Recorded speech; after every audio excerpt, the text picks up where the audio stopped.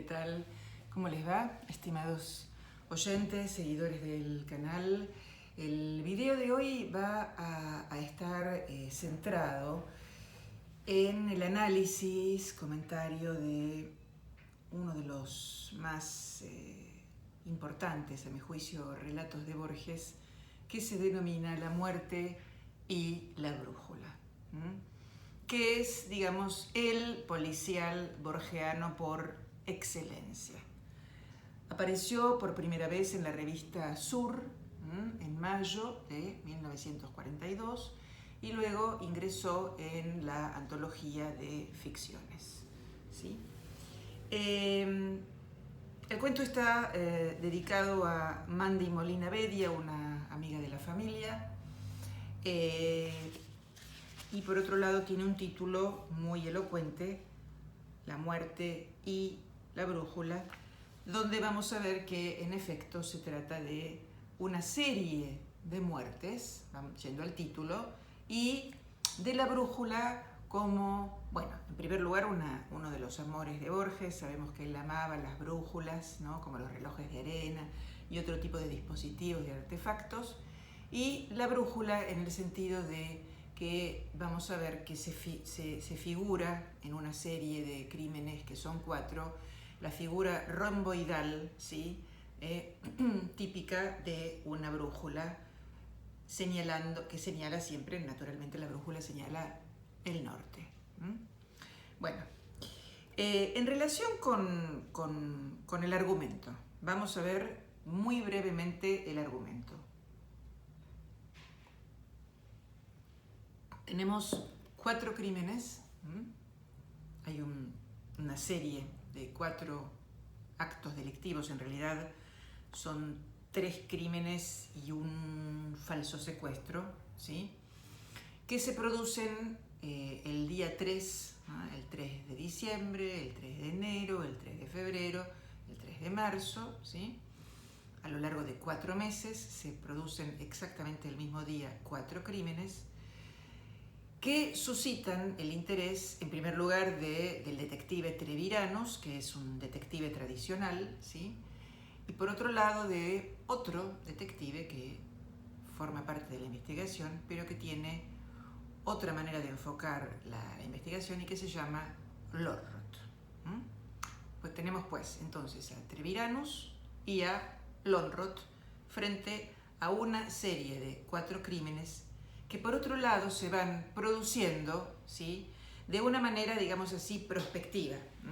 Ustedes saben que en el relato policial canónico, por lo general, digamos, aparece un cadáver, aparece un muerto, aparece lo que sea, digamos, aparece una escena criminal, normalmente un asesinato, y luego hay que sería el relato sería la escena del crimen, y luego, por lo general, retrospectivamente se va hacia atrás, particularmente en la novela clásica de Enigma, para recomponer la escena y para hacer lo que se llama la pesquisa, es decir, está la historia, está la imagen del crimen y la historia de la pesquisa, que suele ser, por ende, retrospectiva. En el caso de La muerte y la brújula tenemos, por empezar, 2 investigadores que de alguna manera representan 2 visiones muy distintas. Treviranus, que encarna la visión tradicional, el detective, y Lönnrot, que es un poco arrogante y que tiene ciertas ambiciones intelectuales, lo cual va a resultar totalmente fatídico y lo va a conducir a la muerte. Lo que lamento es arruinar la lectura de un policial para los que no lo hayan leído. Creo que sería mejor que lo lean primero, pero bueno, ya está dicho. Entonces tenemos la comisión de estos 4 delitos que culminan justamente con el 4º delito, que tiene como víctima a uno de los detectives, es decir, a Lönnrot, a quien estaba tratando de encontrar explicaciones rabínicas, cabalísticas, talmúdicas, etcétera, etcétera, porque en el primer crimen había aparecido una frase relacionada, digamos así, con la cábala. Bueno, básicamente entonces tenemos la historia de estos 4 asesinatos que terminan de una manera muy sorprendente, ¿no? Porque, como digo, la víctima es uno de los detectives. El comienzo de este relato presenta un interés particular porque, si ustedes se fijan, y ahora lo vamos a leer juntos, en el primer párrafo está contenida toda la historia, pero de una manera tal que el lector no puede ver o descifrar esos elementos que van a ir sucediendo conforme la historia vaya avanzando, ¿sí? Entonces, el primer párrafo dice así: de los muchos problemas que ejercitaron la temeraria perspicacia de Lönnrot, ninguno tan extraño, tan rigurosamente extraño, diremos, como la periódica serie de hechos de sangre que culminaron en la quinta de Triste-Leroy, entre el interminable olor de los eucaliptus. Es verdad que Erik Lönnrot no logró impedir el último crimen, pero es indiscutible que lo previó. Tampoco adivinó la identidad del infausto asesino de Yarmolinsky, pero sí la secreta morfología de la malvada serie y la participación de Red Scharlach, cuyo segundo apodo es Scharlach el Dandy. Ese criminal, como tantos, había jurado por su honor la muerte de Lönnrot, pero este nunca se dejó intimidar. Lönnrot se creía un puro razonador, un Auguste Dupin, pero algo de aventurero había en él y hasta de Taur. Fíjense, un primer párrafo y ya tenemos absolutamente todo. ¿Qué quiere decir todo? Que Erik Lönnrot sospechó la cuarta muerte, pero no imaginó que la víctima era él. La secreta morfología de la malvada serie, que tiene que ver con la figura romboidal, ahora la vamos a ver.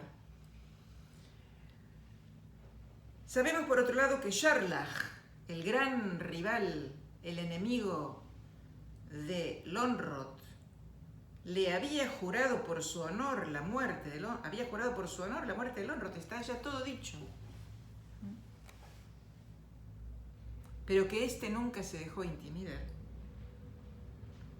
Y por otro lado, que Lönnrot se creía, Auguste Dupin, que es el detective creado por Edgar Allan Poe, padre del relato policial, ¿no? Que, como ya he dicho, nace en 1841 con Los crímenes de la calle Morgue y La carta robada particularmente, ¿sí? Que es un puro razonador, es el típico detective que está en la Torre de Marfil, que prácticamente no tiene contacto con el AMPA, con el mundo criminal, etcétera, etcétera, ¿no? Entonces, este comienzo es extraordinario porque está todo dicho, o todo más bien sugerido, pero el lector no tiene ninguna posibilidad, naturalmente, de comprender el verdadero significado de este párrafo, que solo cobra todo su pleno sentido realmente en la relectura. Porque, todo Borges es para releer, pero particularmente cuando se trata de un relato policial como es La muerte y la brújula, que presenta unas cuantas características bastante peculiares, y la primera de ellas, vamos a decirlo, es que, para variar, Borges socava, subvierte, ¿sí?, las reglas, el canon de lo que es el relato policial, ¿no? Porque que realmente el detective sea la víctima, ¿sí?, ya es bastante subversivo. Que no exista, digamos, que los duelos típicos del relato policial no tengan lugar de la misma manera que en el relato canónico, como vamos a ver, también es otro elemento socavador, digamos, ¿no?, perturbador de los órdenes, ¿no? Digo esto porque en el relato policial canónico hay un duelo quiere decir un enfrentamiento, una oposición, un juego, digamos, de enfrentamiento entre el narrador y el lector. Eso sí lo tenemos, ¿sí? También hay un enfrentamiento, un duelo entre el detective y el criminal. Aquí tenemos algo de eso. Luego tenemos algo novedoso, que es cierto enfrentamiento entre dos detectives, entre Treviranus por un lado y Lönnrot por el otro, ¿no? Este asunto de los duelos o de los enfrentamientos en el relato policial es algo interesantísimo y que es muy importante tener en cuenta cuando uno analiza, ¿no?, los relatos. Bueno, entonces, vamos al primer duelo. El primero se produce entre el asesino, que resulta ser Daniel Simón Acevedo, y el sabio talmúdico Yarmolinsky, ¿sí? Es decir, Yarmolinsky llega al Hotel du Nord, que está situado al norte de la ciudad. El primer crimen se produce el 3 de diciembre al norte, que es el Plaza Hotel, dicen, sería. Y el asesino es matón, un guapo, ¿no? Daniel Simón Acevedo, que en realidad estaba buscando unos zafiros que pertenecían al tetrarca de Galilea. Esto es genial, ¿no? El tetrarca de Galilea. Hay muchos juegos entre Treviranus, el número 3, el tetrarca, ¿sí? Tetrarca, el número 4, el tetragramaton, es decir, el nombre sagrado de Dios. Hay muchas cuestiones vinculadas con lo geométrico y con lo matemático. Entonces, el primer asesinato, que es el del sabio talmúdico Yarmolinsky, se produce realmente por error, porque Acevedo entró en la habitación que creía que era la del tetrarca de Galilea, que ya es un nombre completamente literario, ¿no es cierto?, y fantasioso. Bueno, evidentemente Yarmolinsky se ve que lo vio, que estaba despierto, y entonces, como lo único que sabía hacer, dice el narrador, era matar, entonces Acevedo le encaja una puñalada en el pecho a Yarmolinsky, que estaba escribiendo evidentemente acerca de la cábala y que había llegado a escribir una sola frase, que es: la primera letra del nombre ha sido articulada. Yarmolinsky había empezado a escribir, había asistido a una suerte de congreso de sabios talmúdicos, se aloja en el Hotel du Nord, ¿sí? Tiene la desgracia de que hay un delincuente buscando unos zafiros en una habitación que era la contigua, o en todo caso estaría muy próxima de la suya. Entra por error a su habitación, se da cuenta del error, y como en su sangre, dice el narrador, lo único que estaba era matar, estaba acostumbrado a matar por cualquier cosa, lo atraviesa con un puñal. Ahí tenemos la primera muerte, que se produce por accidente el día 3 de diciembre en el norte de la ciudad, que es la ciudad de Buenos Aires, solo que muy disfrazada y muy engalanada, con muchos elementos de tipo extraño, exótico, ¿no? Hay una serie de nombres propios, toda la onomástica que es muy, muy exótica, ¿no? De modo que esa Buenos Aires queda como un poco disfrazada, recubierta por un manto de extranjeridad que la vuelve muy onírica y muy particular, pero que, según Borges decía, en muchos diálogos lo dijo, yo sé que todos han reconocido que se trataba de Buenos Aires. Muy bien. Entonces, como se produce un primer asesinato, entran en escena los investigadores, que son, como les decía, Treviranus y Lönnrot. Lönnrot, ¿no?, cuando entra en la habitación de Yarmolinsky, de la primera víctima, bueno, se encuentra con una serie de libros cabalísticos, se encuentra con el Sefer Yetzirah, que es uno de los libros clásicos de la cábala, se encuentra con una historia de la secta de los Hasidim, los hasídicos, ¿sí?, que son los cabalistas, los judíos del centro europeo, la biografía de Baal Shem, o sea, toda una serie de elementos que tienen que ver con lo judaico, pero particularmente con lo cabalístico.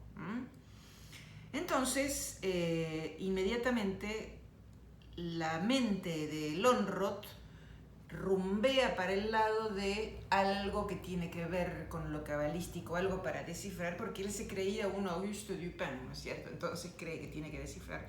Mientras que Treviranus, mucho más sencillamente, le dice, cuando él le expresa su hipótesis, dice Treviranus, no hay que buscarle 3 pies al gato, decía Treviranus, blandiendo un imperioso cigarro. Todos sabemos que el tetrarca de Galilea posee los mejores zafiros del mundo. Alguien, para robarlos, habrá penetrado aquí por error.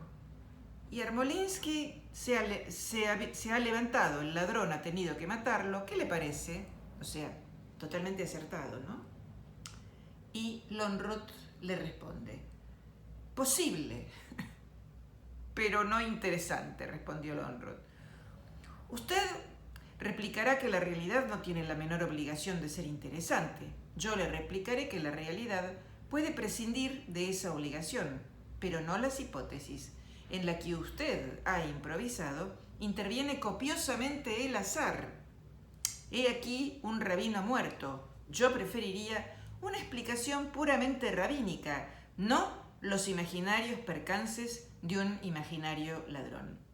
Treviranus repuso con mal humor, no me interesan las explicaciones rabínicas. Me interesa la captura del hombre que apuñaló a este desconocido. No tan desconocido, corrigió Lönnrot. Aquí están sus obras completas. Indicó en el placar una fila de altos volúmenes y ahí aparecen los libros que yo les mencionaba antes, ¿no? O sea que ya esta mente inquisitiva y enamorada del desciframiento de Lönnrot empieza a trabajar desatendiendo las inferencias realmente muy lógicas de su, digamos, rival, ¿no? Treviranus. Y esto, naturalmente, lo va a llevar a Lönnrot a la más fatídica al más fatídico de los desenlaces, ¿no? Bien, entonces, esta primera muerte, como decimos, se produce por error. Ya el segundo asesinato,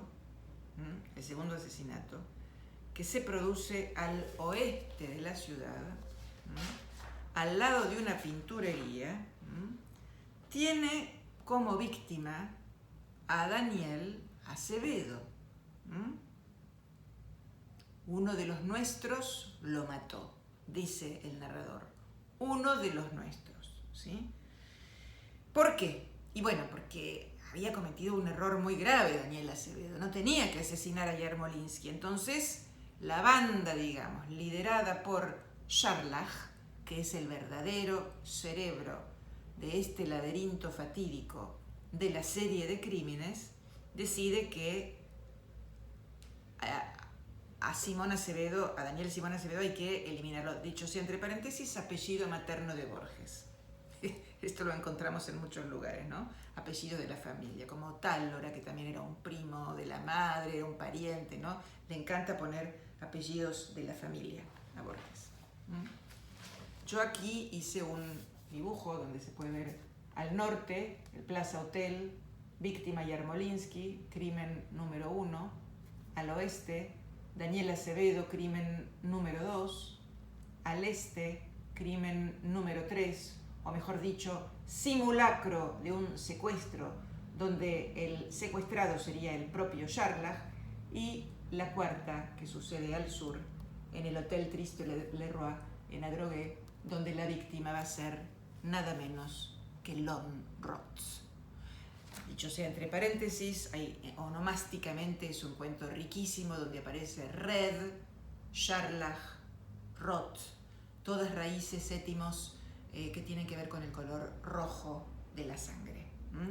Es decir, el cuento es un cuento rebosante semiológicamente de signos, señales, guiños, cuestiones que tienen que ver con el rojo sangre de la muerte, ¿no? Por otro lado, la presencia de elementos cabalísticos que también hacen pensar, bueno, en esta operación clásica de la cábala, que es la hermeneusis, es decir, la interpretación. Solo que, como siempre digo en Borges, el efecto cábala tiene que ver con una función más bien de tipo lúdico, no se trata de algo verdaderamente sagrado. Bueno, muy bien. Entonces, Lönnrot comienza a leer acerca de la cábala y empieza la primera letra del nombre ha sido articulada, que para él no quiere decir nada, pero como empieza a instruirse al respecto, entonces va a enterarse de que para los cabalistas existe el nombre sagrado, que es Yahvé, las 4 famosas letras que aparecen también, por ejemplo, para quienes han leído el poema El Golem, ¿sí? El rabino de Praga, que había pronunciado las 4 letras para poder crear a esta nueva criatura, ¿sí? Y por lo tanto, Lönnrot ya sabe que las 4 letras son las letras del nombre de Dios, ¿sí? Que son letras sagradas. Es decir, el sabio Yarmolinsky había comenzado a escribir la primera letra del nombre ha sido articulada. Muy bien. Entonces, ¿qué pasa en este cuento con el azar? Porque esta es una de las cuestiones fabulosas del relato La muerte y la brújula. Para Borges el azar existe. Algunos dicen que no, pero yo tengo para mí que sí, ¿no? Aunque diga el azar o el destino, el azar existe. Entonces, ¿qué es lo que sucede? El señor Lönnrot tiene un enemigo, que se la tiene jurada, ¿sí? Que ha jurado por su honor liquidarlo. Cuando se produce la muerte de Yarmolinsky, hay una secuencia muy interesante y es que se produce la visita de un periodista de la Yiddische Zeitung, porque están todos estos elementos judaicos, que entrevista a Lönnrot, ¿sí? Y Lönnrot, ¿sí? Lo único que quiere es hablar de lo que él sabe. Dice así, voy a leer porque realmente son cuestiones de una textualidad muy, muy rica. Quiero decir, tenemos que quedarnos con la letra y analizarla porque es muchísimo lo que hay aquí. Lönnrot se abstuvo de sonreír cuando encontró la frase la primera letra del nombre ha sido articulada. Bruscamente bibliófilo o hebraísta, ordenó que le hicieran un paquete con los libros del muerto y los llevó a su departamento. Indiferente a la investigación policial, se dedicó a estudiarlos. Indiferente a la investigación policial.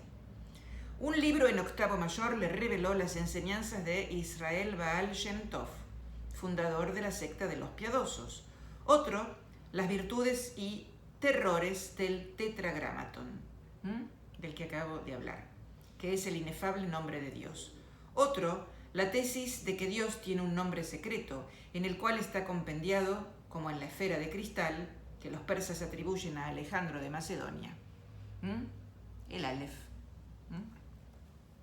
Su noveno atributo, la eternidad, es decir, el conocimiento inmediato de todas las cosas que serán, que son y que han sido en el universo. La tradición enumera 99 nombres de Dios. Esto también lo vemos en el Seir, ¿sí? Esta cuestión de los 99 nombres de Dios. Los hebraístas atribuyen ese imperfecto número al mágico temor de las cifras pares. Los Hasidim razonan que ese hiato señala un centésimo nombre, el nombre absoluto con mayúscula. De esa erudición, o sea, Lönnrot está estudiando, ¿sí?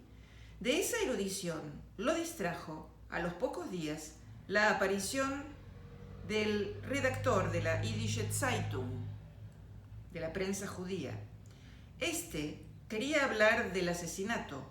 Lönnrot prefirió hablar de los diversos nombres de Dios. El periodista declaró en 3 columnas que el investigador Erich Lönnrot se había dedicado a estudiar los nombres de Dios para dar con el nombre del asesino. Lönnrot, habituado a las simplificaciones del periodismo, no se indignó. Uno de esos tenderos que han descubierto que cualquier hombre se resigna a comprar cualquier libro, publicó una edición popular de la historia de la secta de los Hasidim. Bueno, la secuencia del periodista entrevistándolo a Lönnrot es fundamental, porque a partir de la publicación de este artículo, que va a ser leído por Scharlach, es que Scharlach va a comenzar a tramar la fatídica serie, ¿sí? La primera le es proporcionada por el azar, ¿ah? Es decir, por el error que ya dijimos, ¿no es cierto?, del matón, ¿ah? Ahora Scharlach, como ya sabe que Lönnrot está completamente sumergido en el universo cabalístico y que está leyendo y que no hace más que hablar de los nombres de Dios, va a elaborar una trama donde lo va a ir llevando a Lönnrot, ¿sí?, recorriendo la figura romboidal, como les mostraba antes, de los 4 puntos cardinales, ¿ah?, hasta llegar al sur, ¿ah?, el sur, ¿ah?, el lugar preferido de Borges, donde lo va a ejecutar. Es decir, lo va a ir guiando, lo va a ir llevando, porque conoce ya su pasión por la cábala. ¿Se dan cuenta? Entonces, el tercer crimen, o el tercer acto delictivo, habría que decir, que no es un crimen, en realidad es un simulacro, ¿sí?, un simulacro de secuestro, donde entran, digamos, unos arlequines, que también una figura muy típica romboidal, ¿no es cierto?, que sigue la forma de la aguja, de la brújula, ¿sí? Entran en una habitación donde se encontraba un personaje bastante oscuro. Bueno, lo voy a leer. El tercer crimen ocurrió la noche del 3 de febrero. Poco antes de la 1, el teléfono resonó en la oficina del comisario Treviranus. Con ávido sigilo, habló un hombre de voz gutural. Dijo que se llamaba Ginsberg o Ginsburg. Esta duda sobre los nombres ya la conocemos, ¿sí?, en Borges. Lucerna o Londres, Fain o Fein en Emma Suns, ¿no? Lucerna o Londres en... Es decir, esta duda, ¿sí?, y que estaba dispuesto a comunicar por una remuneración razonable los hechos de los días anteriores, los hechos de los 2 sacrificios dice, de Acevedo y de Yarmolinsky. O sea, ya está introduciendo una interpretación, es decir, que esto es invento de Borges, realmente nunca hubo sacrificios entre los jasídicos, pero Borges inventa esto, ¿no?, como que los jasídicos serían una secta que además sacrifica a los seres humanos, ¿sí? Una discordia de silbidos y de cornetas ahogó la voz del delator, que no es otro que Scharlach. Después la comunicación se cortó. Sin rechazar aún la posibilidad de una broma, al fin estaban en carnaval, claro, 3 de febrero, Treviranus indagó que le habían hablado desde Liverpool House, taberna de la Rue de Toulon, esa calle salobre al este de Buenos Aires, en la que conviven el Cosmorama y la lechería, el burdel y los vendedores. Treviranus habló con el patrón, Black Finnegan, antiguo criminal irlandés, abrumado y casi anulado por la decencia. Genial. Abrumado por la decencia. Le dijo que la última persona que había empleado el teléfono de la casa era un inquilino, un tal Griffius, que acababa de salir con unos amigos. Treviranus fue enseguida a Liverpool House. El patrón le comunicó lo siguiente. Hace 8 días, Griffius había tomado una pieza en los altos del bar. Era un hombre de rasgos afilados, de nebulosa barba gris, trajeado pobremente de negro. Finnegan, que por supuesto es un guiño con Joyce, que destinaba esa habitación a un empleo que Treviranus adivinó, le pidió un alquiler sin duda excesivo. Griffius inmediatamente pagó la suma estipulada. Es decir, este Griffius, digamos, sería un inquilino que medio rarito, ¿no? Y de repente entran, digamos, unos arlequines, ¿sí?, en la pieza 2 veces lo sujetaron los arlequines, rumbo a la dársena inmediata de agua rectangular, los 3 subieron a un copé y desaparecieron.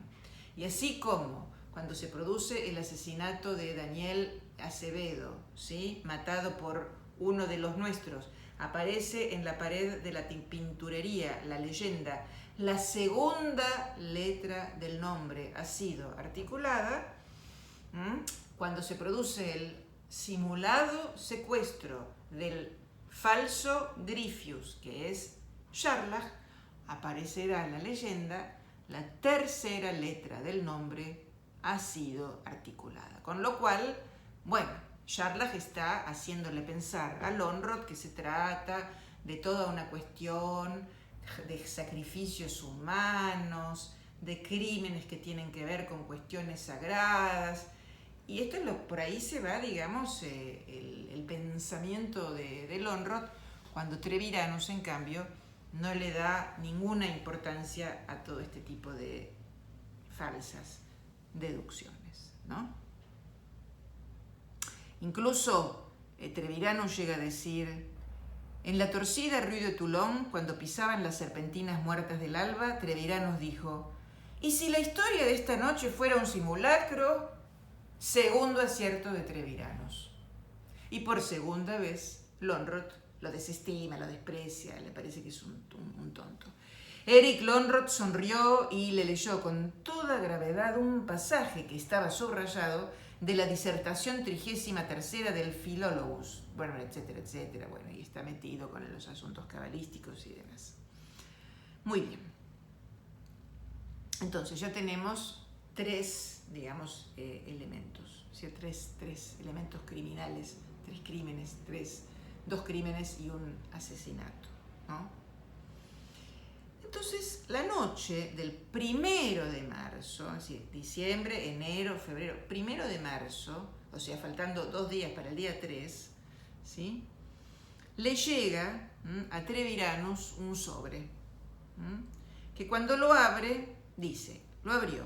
El sobre contenía una carta firmada Baruch Spinoza, un filósofo judío, y un misterioso plano de la ciudad arrancado notoriamente de un Baedeker. La carta profetizaba que el 3 de marzo no habría un cuarto crimen, pues la pinturería del oeste, la taberna de la Rue de Toulon y el Hotel du Nord eran los vértices perfectos de un triángulo equilátero y místico.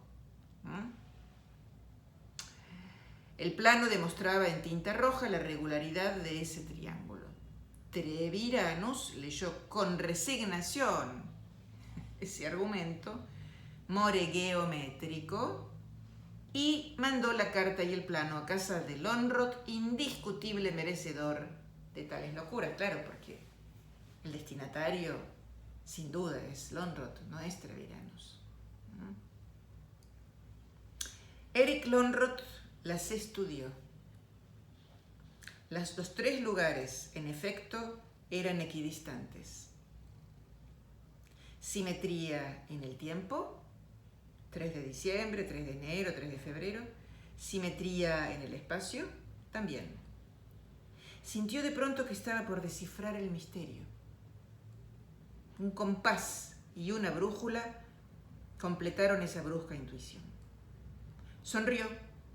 Pronunció la palabra tetragramatón de adquisición reciente y llamó por teléfono al comisario. Le dijo, claro, Scharlach le está diciendo, no son 3 los crímenes, son 4. Va a haber un cuarto crimen y te lo estoy anunciando. Entonces lo llama a su, digamos, compañero / rival, ¿sí? Entonces le dice, entonces no planean un cuarto crimen, precisamente porque planean un cuarto crimen podemos estar muy tranquilos, dice Lönnrot. Entonces, bueno, se dirige hacia el sur, se dirige a la quinta de Triste-le-Roi, el paseo, digamos, la caminata laberíntica, ominosa, siniestra, mortífera, pesadillesca de Lönnrot no tiene desperdicio. Y finalmente se encuentra con Scharlach, ¿no? Y como todavía no ha advertido, como todavía no le cayó la ficha, le dice: Scharlach, ¿usted busca el nombre secreto? Todavía está convencido de la trama cabalística. Y Scharlach le contesta: no, busco algo más efímero y deleznable. Busco a Erich Lönnrot. Y entonces ahí le da la explicación que 3 años atrás Lönnrot, en la Rue de Toulon, detuvo a su hermano, al que encarceló, que estuvo enfermo, que estuvo al borde de la muerte, que él mismo, el propio Scharlach, también estuvo al borde de la muerte, y que por lo tanto ha jurado vengarse justamente nada menos que de Lönnrot, que es el que hizo padecer al hermano de Scharlach. Scharlach tiene un hermano, Dupin también tenía un hermano. Hay toda una cuestión aquí entre la cierta gemelidad. Es otro tema, no es otra cuestión, pero lo digo un poquito al pasar, que tiene que ver con la carta robada, ¿no? La carta robada, el ministro que es un personaje muy brillante y muy inteligente y que es el verdadero rival, es el hermano, creo yo. Aquí también hay una relación de hermandad, pero de hermandad sin ningún tipo de rivalidad. Bueno, el final es sorprendente, impactante y completamente inverosímil, ¿no? Porque entonces Lönnrot le pide a Scharlach: la próxima vez que usted me capture, en vez de traerme a un laberinto como este, mejor que sea el laberinto de la línea recta de Aquiles y la tortuga. Dice: para la otra vez que lo mate, replicó Scharlach, le prometo ese laberinto que consta de una sola línea recta y que es invisible, incesante. Retrocedió unos pasos, después, muy cuidadosamente, hizo fuego. Bueno, entonces, las características de este relato, como les decía, son que en vez de ser retrospectivo es prospectivo, que vamos acompañando a los personajes en el devenir de la acción de la malvada serie, ¿no? Con su precisa morfología romboidal, ideada naturalmente por Scharlach. También vamos viendo cómo el azar le brinda la oportunidad del asesinato de Yarmolinsky, pero todo lo demás va a estar planificado. Y esto es muy interesante porque en general en las novelas policiales, en el relato policial clásico, ¿no? Generalmente el delincuente, el criminal, el asesino comete algún error, es decir, algo le sale mal, azarosamente algo le sale mal, un olvido, una huella que no borró, algo azarosamente le sale mal, y generalmente el azar suele ser aprovechado por el detective, o por quien encarne la función detective, lo haya o no, profesional o no, no importa. Acá es exactamente al revés, porque el que va a utilizar el azar es el asesino. Y cuando lee la nota que escribe el periodista, ahí tiene la idea de armar este laberinto romboidal, esta brújula con los 4 puntos de la ciudad de Buenos Aires, y llevar, ¿sí?, a su enemigo mortal, que había jurado matarlo, al sur para ejecutarlo, ¿no? O sea que es muy interesante, ¿no? La primera muerte es casual, la segunda es completamente deliberada, la tercera es un simulacro, y la cuarta, que es la que verdaderamente tiene peso, es la muerte de Lönnrot. Es decir, ahí sí hay un verdadero asesino que está queriendo ejecutar a alguien. Nadie quería matar a Yarmolinsky en particular. A Daniel Acevedo, bueno, hubo que liquidarlo porque era problemático, pero tampoco era un personaje muy importante. El tercer acto ya sabemos que es un simulacro de secuestro, pero realmente la muerte de Lönnrot es lo que sí le interesa a Scharlach. O sea, aquí tenemos un duelo, un enfrentamiento entre Scharlach por aquí y Lönnrot por allá, ¿sí? Es decir, asesino y detective / víctima. que es otra de las grandes originalidades de este relato, ¿no?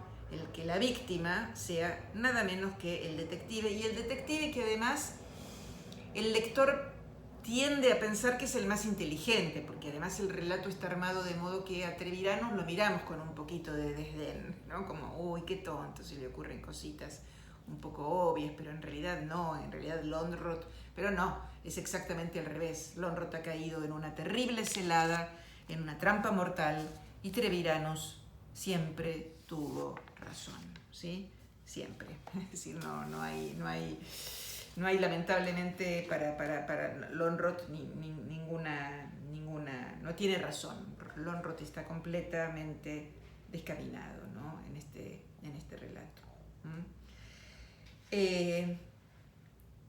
Creo que he hablado de lo más importante. Siempre hay cositas que quedan un poco en el tintero, es un poco inevitable, ¿no? En la oralidad, pero básicamente creo que estos son los elementos, las claves para entender este cuento, ¿sí? Creo que cuando uno relee, hagan la prueba, este primer párrafo, conociendo la historia, se van a dar cuenta de lo maravilloso que es que esté realmente todo contenido ahí, y que sin embargo uno, en una primera lectura, no pueda descifrarlo, digamos, en ese sentido. Así que esto es lo que tenía para comentarles respecto de este extraordinario relato, el relato policial de Borges, La muerte y la brújula. Bueno, hasta la próxima. Chao.